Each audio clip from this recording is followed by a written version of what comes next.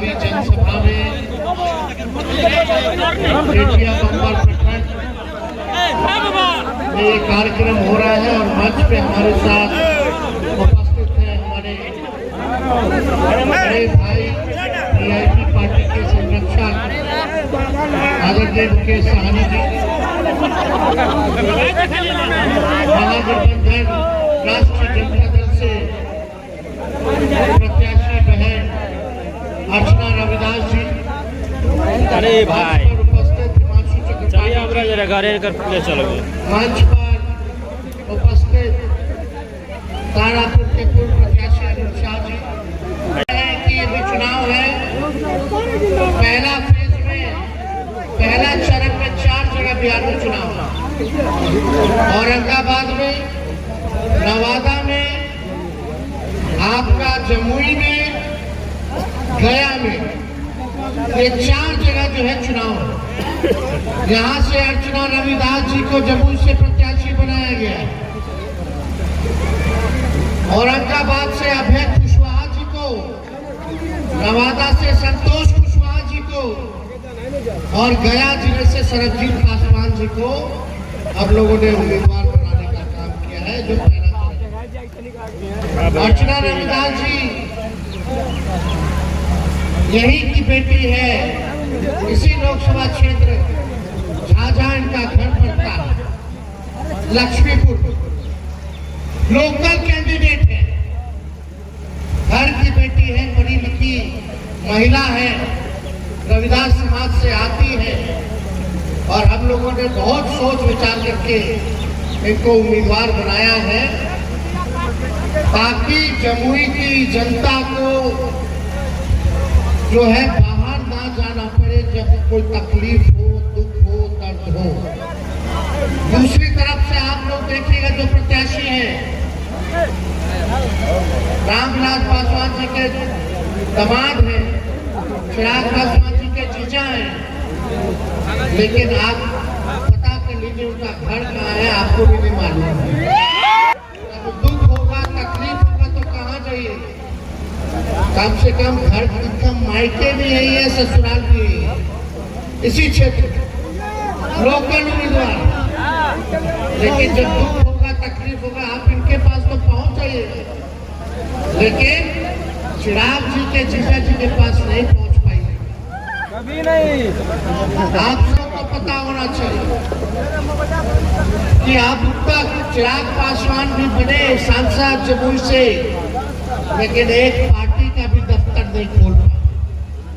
कम से कम आदमी पार्टी का दफ्तर चला जाता, आते हैं तो होटल में रुकते हैं और उनके जीजा जी जो प्रत्याशी बनाए गए उनको होटल में रुकना है। तो आप लोग समझ जाइए जो आया है बाहर से वो फिर वापस चला जाएगा चुनाव के बाद, फिर अपना चेहरा आप लोगों को नहीं दिखाने का काम करेगा। लेकिन घर की बेटी है, कहीं भी जाइएगा तो घर ही में रहना है। माई के शान है, पढ़ी लिखी है, मजबूत है, निडर है, ईमानदार छवि की है, इसलिए हम लोगों ने इनको प्रत्याशी बनाया है। आप लोग सब लोग जान रहे हैं, कुछ दिन पहले हम यहाँ आए थे, आप लोगों के बीच हम लोगों ने रोड शो जो है किया था, इसे आप सब लोगों का शुक्रगुजार हैं। मुद्दा क्या है? मेरा दुश्मनी मोदी जी से नहीं है, अरे देश के प्रधानमंत्री है, हमारे भी प्रधानमंत्री है, लेकिन हम लोग विपक्ष में हैं। विपक्ष का तो जिम्मेवारी बनता ही है सवाल पूछना, लेकिन उतना ही जिम्मेवारी आप लोगों का भी सवाल बनता है। प्रधानमंत्री से पूछे कि बेटिया बम्बर प्रखंड के लिए क्या किया, आपके गांव के लिए क्या किया, आपके पंचायत के लिए क्या किया, आपके जिले के लिए क्या किया, आपके राज्य के लिए क्या किया।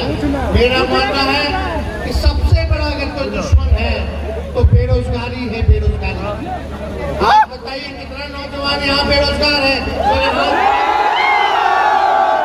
माँ बाप का पेट काट करके अपना बाल बच्चा को पढ़ाता है कि पढ़ लिख लेगा तो अच्छा नौकरी हो जाएगा, नौकरी हो जाएगा तो बुढ़ापा में यही नौजवान हमारा सहारा बनेगा।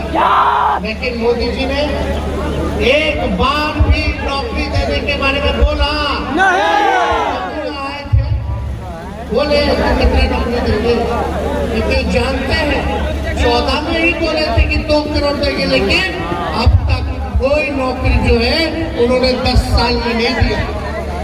आपको समझना पड़ेगा, केंद्र में सरकार है भाजपा की 10 सालों से, मोदी जी प्रधानमंत्री है 10 सालों से, और बिहार में डबल इंजन की सरकार है भाजपा, अब मुख्यमंत्री नीतीश कुमार जी की सरकार है 17 साल से।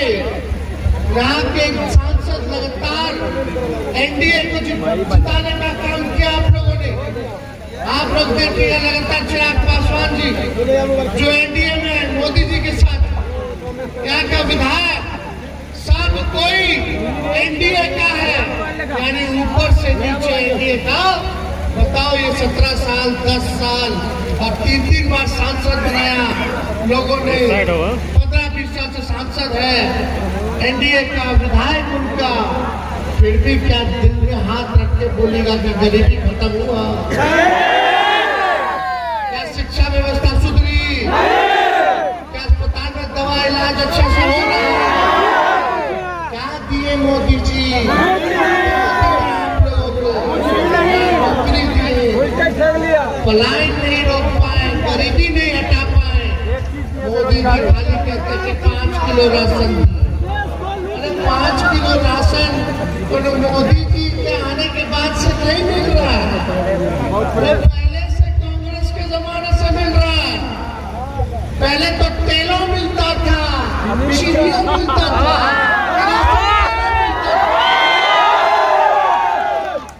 खाली बताओ मोदी जी बोलते हमने गरीबी दूर कर दिया। अगर गरीबी दूर कर दिया तो पूरे देश भर में 80 करोड़ लोगों को अनाज काहे ना दे रहे? आप लोग एक मौका हम लोगों को दीजिएगा तो हम लोग अनाज तो देंगे, लेकिन साथ में नौकरी भी देने का काम।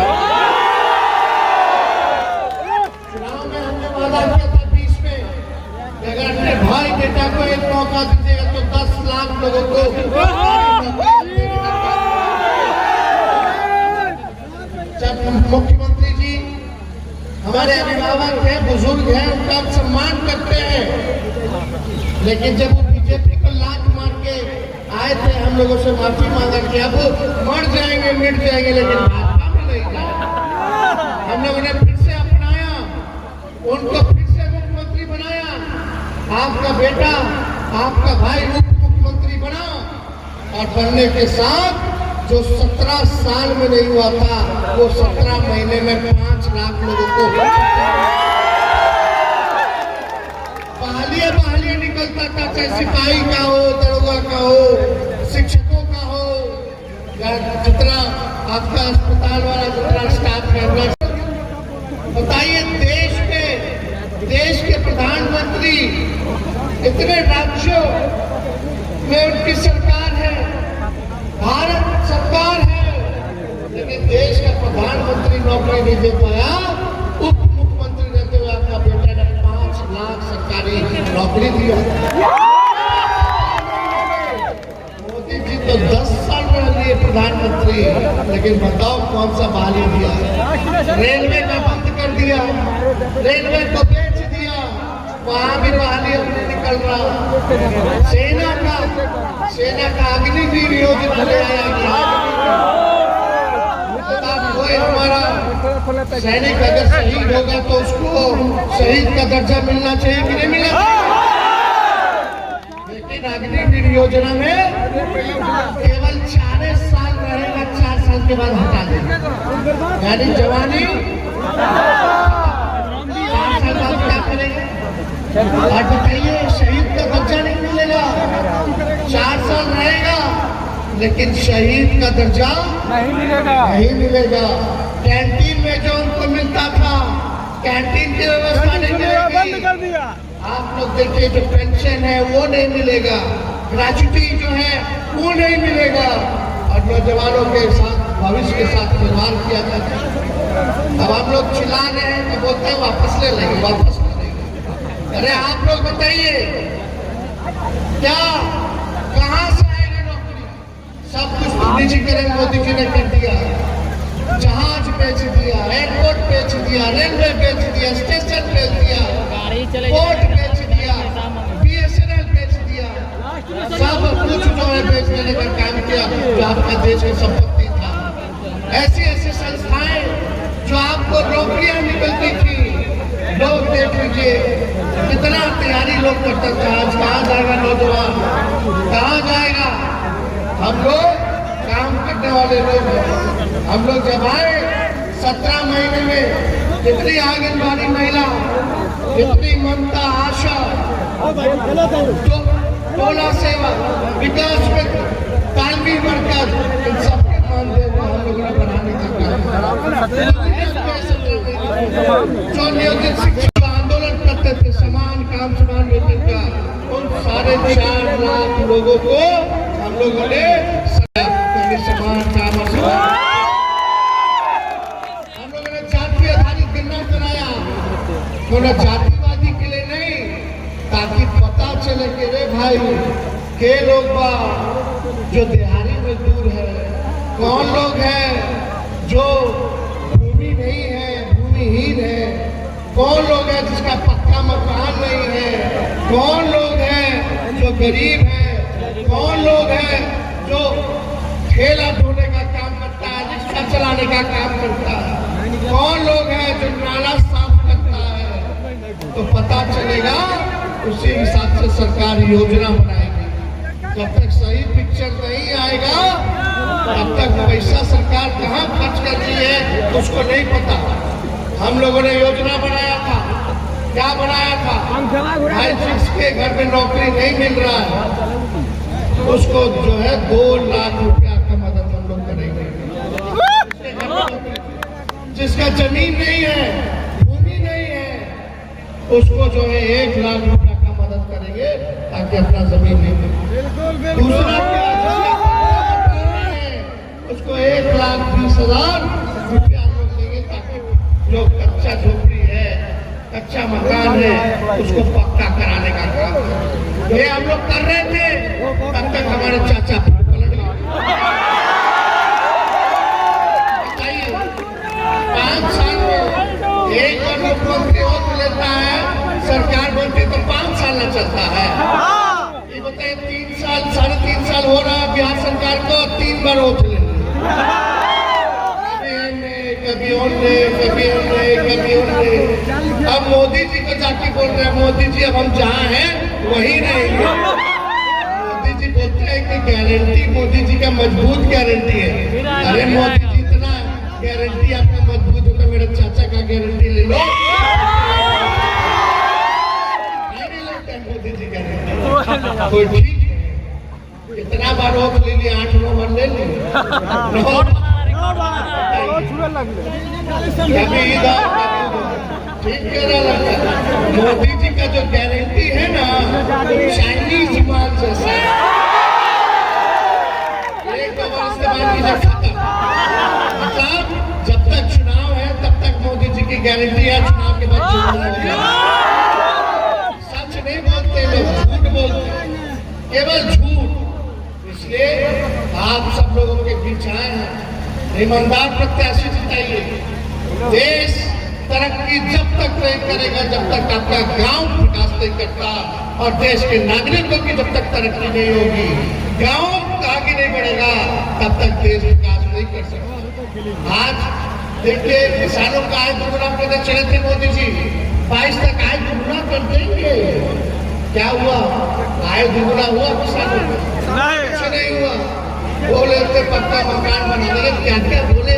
किसी को से आप लोग जिताने का काम कीजिए, बताइए जिताइए कि नहीं जिताइए?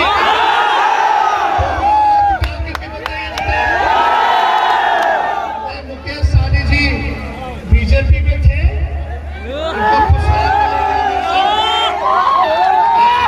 बताओ, इन्हीं को तोड़ दिया, इन्हीं के विधायक को खरीदा। लेकिन अब पिछड़ा का बेटा थी, पिछड़ा का बेटा 7 हो गया है। दोनों नौजवान हैं, नए सोच के हैं, नया बिहार बनाना है, नौजवानों को नौकरी देना है। इसलिए हम लोग सब लोग सभी भाई लोगों से अपील है कि एकजुट हो जाइए, सभी पिछड़ा, सभी अल्पसंख्यक भाई, सब लोग, गरीब लोग, सब लोग एक हो जाना है और आगे मिलकर के लड़ाई लड़ना है। लड़ाई लड़ रहे हैं फिर निषाद सबकी, ताकि उनको मान सम्मान मिले, उनको आरक्षण मिले, जगह मिले। सरकार बनाइए, उस काम को दोनों भाई मिलकर के पूरा कराने का काम। बताना ना रविदास जी को, विजय के माना मुकेश जी को बोले दे पूरा दोनों हाथ उठा करके सभी माता बहन दे रहे हैं इनको। एक नंबर पर लालटेन है, 19 तारीख को एक नंबर पर लालटेन है। सभी लोग चुपचाप बहुत बहुत धन्यवाद भाई। और आज जो है ईद है, सबको हम नवरात्र का, ईद का बधाई देते हैं। मिल करके रहिए, एक रहिए, शांति रहेगा, अमन चैन रहेगा, तभी विकास